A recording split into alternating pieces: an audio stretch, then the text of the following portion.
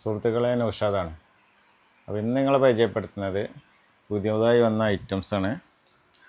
Top maxi കേട്ടോ, അടിപൊളി ഐറ്റംസാണ്. ഇതിലിതാ വർക്ക്, കഴുത്തിൽ ലേസ് വർക്കുണ്ട്. ഇവിടെ വന്ന് അടിവരെ ഞെറി. ഓക്കെ, മറ്റൊരു ഐറ്റംസ് ഉണ്ട്. അതുകൊണ്ടോ അടിപൊളി വർക്കുകളാണ്.